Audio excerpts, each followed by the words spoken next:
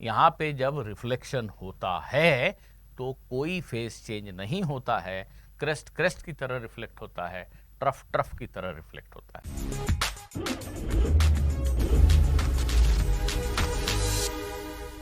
Wave motion के chapter पे एक बेहद कॉन्सेप्चुअल छोटा सा क्वेश्चन, ये है आज का हमारा क्वेश्चन। ये एक स्ट्रेच स्ट्रिंग है, इस स्ट्रिंग का एक एंड दीवार पे फिक्स्ड है, दूसरा एंड एक रिंग से कनेक्टेड है और ये रिंग स्मूथली इस वर्टिकल पोल के ऊपर स्लाइड कर सकती है। स्ट्रिंग का एक एंड दीवार पे फिक्स है, स्ट्रिंग का दूसरा एंड एक छल्ले से, एक रिंग से बंधा हुआ है, ये रिंग है, this one is the ring, और ये रिंग जो है वो इस रॉड के ऊपर बड़े आसानी से ऐसे स्लाइड कर सकती है विदाउट फ्रिक्शन, कहीं कोई फ्रिक्शन नहीं है। इस स्ट्रिंग के ऊपर, स्ट्रेच्ड स्ट्रिंग के ऊपर एक पल्स है, छोटा पल्स है, एक छोटा वेव पल्स है, ऐसा दिखाया गया है। टाइम 0 पे हमने देखा कि ये वेव पल्स इस डायरेक्शन में ट्रैवल कर रहा है और उसकी पोजीशन ये है। टाइम 0 पे स्ट्रिंग की फोटो खींची, स्ट्रिंग ऐसी दिखाई दी, ठीक है। This distance is 40 centimetre, this distance is 10 centimetre. Time 0 पे ये wave pulse towards right travel कर रहा है and it is travelling eight A speed of 40 centimetre पर सेकेंड, 40 सेंटीमीटर पर सेकेंड। इस यूनिफॉर्म स्ट्रेच्ड स्ट्रिंग पे इस वेव पल्स की स्पीड है 40 सेंटीमीटर पर सेकेंड, ठीक। अब कहीं से भी एनर्जी का लीकेज नहीं होता, मतलब यहाँ पे भी कोई एनर्जी लॉस नहीं होता और यहाँ पे भी कोई एनर्जी लॉस नहीं होता है, ऐसा क्वेश्चन में लिखा है। कोई फ्रिक्शन नहीं है, कोई एयर रेजिस्टेंस नहीं है, स्ट्रिंग परफेक्टली इलास्टिक है। क्वेश्चन कहता है shape of the string changes periodically with time. जैसे ये स्ट्रिंग का शेप है, इस समय आपने फोटोग्राफ लिया, टाइम 0 पे स्ट्रिंग का फोटो है, ये स्ट्रिंग का शेप है। तो shape of the string changes periodically with time, find the time period. This is the question. आप सभी लोग वीडियो पॉज करके इस क्वेश्चन को जरूर ट्राई करें, और बहुत छोटा सा क्वेश्चन है, अगर आप कॉन्सेप्ट को समझते हैं तो फटाक से कर लेंगे। चलिए मैं यहां पे इस क्वेश्चन का सॉल्यूशन करता हूं। स्ट्रिंग की ये शेप जो अभी आपको दिख रही है, थोड़े समय के बाद जाके देखेंगे तो स्ट्रिंग ऐसी दिखाई नहीं देगी। कैसी दिखाई देगी भाई? स्ट्रिंग में पल्स जो है वो आगे ट्रैवल कर जाएगा, स्ट्रिंग का शेप कुछ ऐसा हो चुका होगा। जस्ट ए मिनट, स्ट्रिंग का शेप कुछ ऐसा हो चुका होगा, इजंट इट? ये पल्स आगे चला गया, राइट? ऐसे ही तो वापस से स्ट्रिंग का शेप ऐसा ही हो और बिल्कुल वैसे ही रिपीट हो जैसे कि अभी आप एक फिल्म देख रहे हो, स्ट्रिंग की शेप ऐसे, अब यहाँ ऐसे, अब यहाँ ऐसे, ये पल्स यहाँ आ गया, बिल्कुल यही वाली फिल्म दोहराई जाने लगे। तो इस सिचुएशन में और नेक्स्ट साइकिल स्टार्ट होने के बीच का टाइम गैप क्या है, यही आपसे क्वेश्चन में पूछा गया है।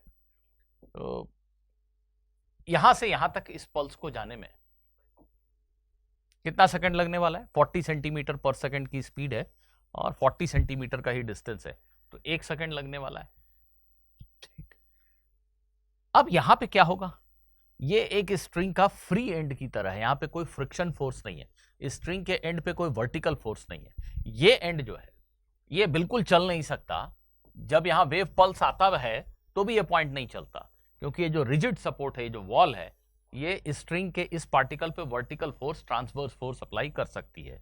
पर यहां कहा गया कि ये जो रिंग है ये तो मासलेस रिंग है, ये रिंग जो है फ्रीली चल सकता है विदाउट एनी फ्रिक्शन।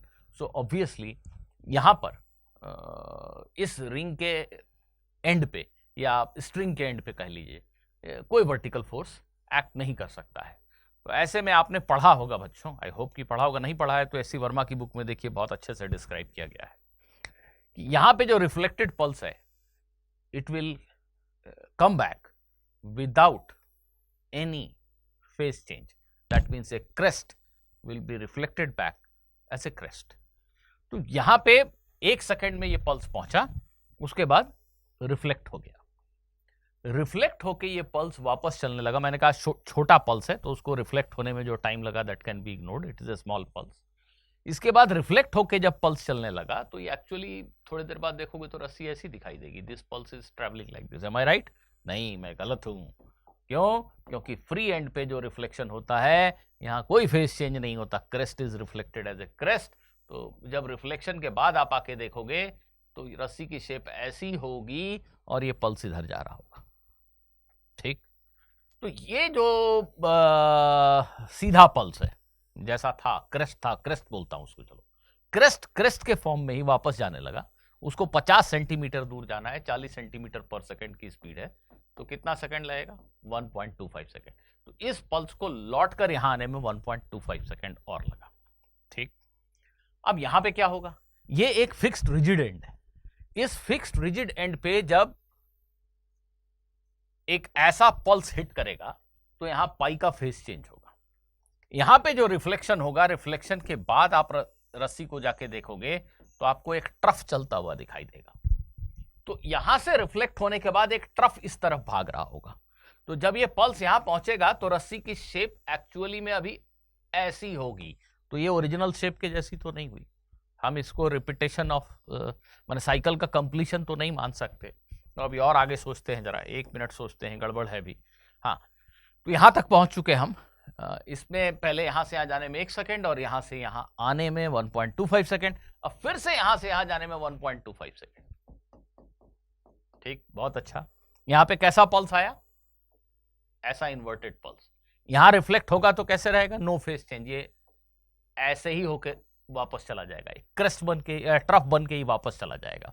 तो trough will be reflected as a trough. अब फिर इसको यहां से यहां जाने में 1.25 सेकेंड लगेंगे। ठीक, बिल्कुल ठीक। अब की बार यहां जो ट्रफ रिफ्लेक्ट होगा, पाई का फेस चेंज होने से वो क्रेस्ट बन जाएगा। अब ट्रफ आया, वो रिफ्लेक्ट होकर क्रेस्ट बन गया, और ये क्रेस्ट को यहां से यहां आने में 10 सेंटीमीटर चलने में कितना समय लगेगा? 0.25 सेकेंड। 40 की स्पीड है, 10 जाना है। अब की बार अभी जो स्ट्रिंग मुझे दिखाई देगी वो वापस ऐसी ही दिखाई देगी और वेव इधर चल रहा होगा। तो ये एक साइकिल कंप्लीट हो गया। टोटल टाइम जोड़िए, it is 1 2 3 4 and 5 second. I think this is 5 second.